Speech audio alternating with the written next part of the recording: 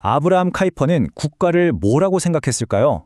그의 책 반혁명 국가학을 들여다보면서 국가의 본질, 특히 영토라는 개념을 한번 깊이 파헤쳐 보겠습니다. 여기서 반혁명이라는 말이 좀 어렵게 들릴 수 있는데 쉽게 말해 모든 것 위에 국가가 있다는 그런 프랑스 혁명 사상에 반대한다는 뜻이에요. 카이퍼가 영토를 설명하는 방식이 참 재미있어요. 지도를 딱 펼치는 게 아니라 아주 강력한 비유 하나로 시작하거든요. 바로 이겁니다. 한 민족은 바다로 몸을 던지는 개울과 같다. 이게 무슨 말이냐면 땅이라는 게 그냥 흙덩어리가 아니라 우리처럼 계속 흘러가는 세대들을 담아내는 그런 영원한 그릇이라는 거죠. 자, 이게 도대체 무슨 의미일까요? 아주 간단해요. 사람은 태어나고 또 죽지만 이 땅은 그대로 남아서 시간을 뛰어넘는 어떤 끈끈한 유대감을 만들어낸다는 겁니다. 그렇죠. 우리 한 사람 한 사람은 어찌 보면 잠시 머물다 가는 손님 같은 존재일 수 있지만 우리가 발 딛고 사는 이 영토만큼은 영원히 계속되면서 우리에게 어떤 연속성을 느끼게 해주는 거죠. 카이퍼는 땅을 이렇게 표현해요. 견고하고 자립적으로 존재한다. 그러니까 사람들은 계속 변하고 흘러가지만 이 땅은 그 모든 흐름을 묵묵히 받쳐주는 아주 단단하고 안정적인 기반이라는 뜻입니다. 바로 이 조상의 땅 덕분에 우리는 그냥 나라는 개인을 넘어서게 됩니다. 카이퍼의 말처럼 과거와 현재의 희로애락을 공유하는 공동생활체로 격상되는 거죠. 우리보다 앞서 살았던 모든 세대의 기쁨과 슬픔, 그 모든 역사가 담긴 더 큰 이야기의 일부가 되는 겁니다.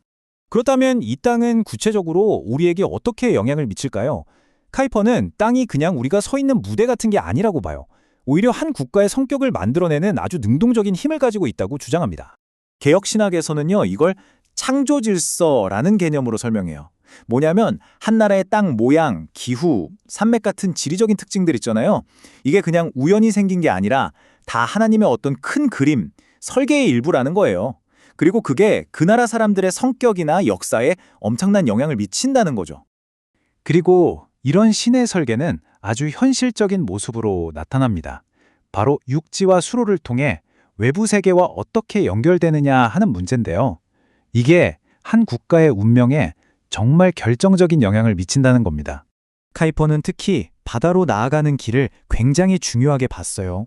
왜냐하면 바다는 고립을 막아주고 더 나아가서 인류 전체, 즉 세계 공동체와 교류하면서 신의 섭리 안에서 자기 역할을 다하게 해주는 통로라고 생각했기 때문입니다. 자, 지금까지는 땅이 한 민족을 어떻게 내부적으로 만들어가는지를 봤는데요.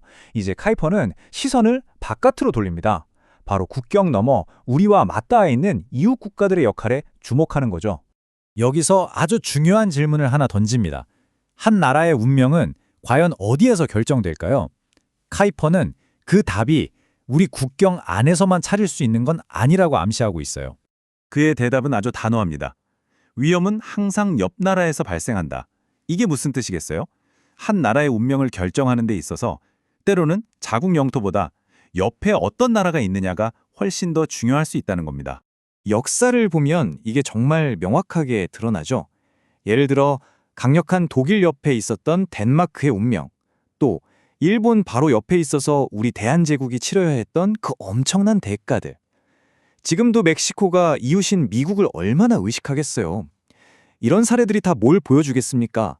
결국 이웃과의 관계가 한 나라의 미래를 결정하는 가장 중요한 변수가 될 수 있다는 겁니다. 자, 이 모든 논의는 결국 카이퍼가 생각하는 국가의 본질, 즉 국가란 진정 무엇인가 하는 핵심 주장으로 이어집니다. 보통 우리가 국가의 3요소라고 하면 국민, 영토, 주권, 즉 정부를 말하잖아요. 그런데 카이퍼는 이 세 가지가 절대 동등한 무게를 갖는 게 아니라고 주장해요. 아주 명확하게 서열을 정합니다. 국민과 그들이 사는 땅, 이게 바로 유기적이고 1차적인 토대고요. 정부는 그 위에 더해진 요소뿐이라는 겁니다. 바로 이 부분이 카이퍼의 반혁명 사상의 핵심이라고 할 수 있습니다. 국가는 어떤 통치 권력이 위에서부터 만들어내는 게 아니라 국민과 땅으로부터 아래에서부터 유기적으로 생겨난다는 거죠. 카이퍼에게 정부는 죄 때문에 망가진 이 세상을 보존하기 위한 일종의 수술용 붕대 같은 거예요. 꼭 필요하지만 근본은 아니라는 거죠. 생각해보세요. 이 정부조차도 결국 땅 위에 서 있는 겁니다. 만약에 이 영토가 통째로 바다에 가라앉아 버린다면 국민도 정부도 존재할 수가 없겠죠. 결국 영토야말로 국가의 본질을 담는 가장 근원적이고 필수적인 그릇인 셈입니다. 결국 카이퍼의 통찰은 우리 각자에게 아주 근본적인 질문을 던지는 셈입니다. 우리가 지금 딛고 서 있는 바로 이 땅 있잖아요. 이게 그냥 내 집이 있고 내가 일하는 건물이 있는 그런 공간이 아니라는 거죠.